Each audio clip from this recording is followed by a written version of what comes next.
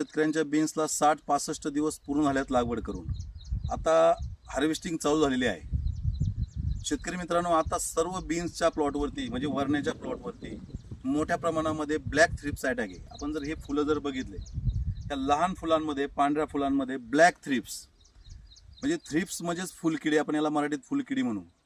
पिवळे फुलकिडी असतात आणि काळे फुलकिडी असतात. पिवळ्या किडींना आपण सहज कंट्रोल करू शकतो, परंतु वरण्याच्या पिकावरील ब्लॅक थ्रिप्स फुलामधील कंट्रोल होत नाही. यासाठी तुम्हाला एक मी फवारणी सुचवतो. 20 लिटर पाण्यामध्ये पेस्ट एक्सपर्ट हे खास ब्लॅक थ्रिप्स कंट्रोल करण्यासाठी आहेत. हे पंपाला 20 ते 25 मिली घ्यायचं. त्याच्यामध्ये पुन्हा योमॅक्स की ज्याच्यामध्ये इमिडाक्लोपिड 40% आहेत आणि थायमेथॉक्झाम 40% आहेत. योमॅक्स त्याच्यामध्ये 10 ग्रॅम घ्यायचं आहे. त्याच्यामध्ये तुम्ही पुन्हा मिक्नेल 32-80 ग्रॅम घ्या आणि 10-50-6 NPK खत एक 70 ते 80 ग्रॅम घ्या.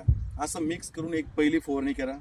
पुन्हा 6-7 दिवसांनी 20 लिटर पाण्याला डिलिकेट 20 मिली की जेणेकरून थ्रिप्स आणि याच्यावरती आळी पण आहेत, ही आळी कमी होऊन जाईल.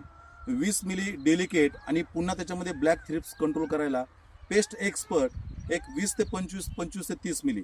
त्याच्यानंतर पुन्हा तुम्ही याच्यामध्ये फॉर्मॅक एक 80 ग्रॅम घ्या. फिक्टर प्लस एक 30 ते 35-40 मिली घ्या. मॅग्नेशियम सल्फेट 80 ग्रॅम एक 20 लिटर पाण्याला घ्या. असं मिक्स करून तुम्ही 2 फवारण्या 6 दिवसाच्या अंतराने या वरणा पिकावर घ्या. नक्कीच ब्लॅक थ्रिप्स आपले म्हणजे काळे फुलकिडी जे आहेत फुलांमधील हे कंट्रोल होईल आणि पुढं फुलधारणा चांगली होऊन जाईल. वेल पण चांगला वाढला जाईल आणि खालच्या जुन्या पानांची ताकद वाढली जाईल. म्हणून ह्या 2 फवारण्या महत्त्वाच्या आहेत. एवढंच सांगायचं.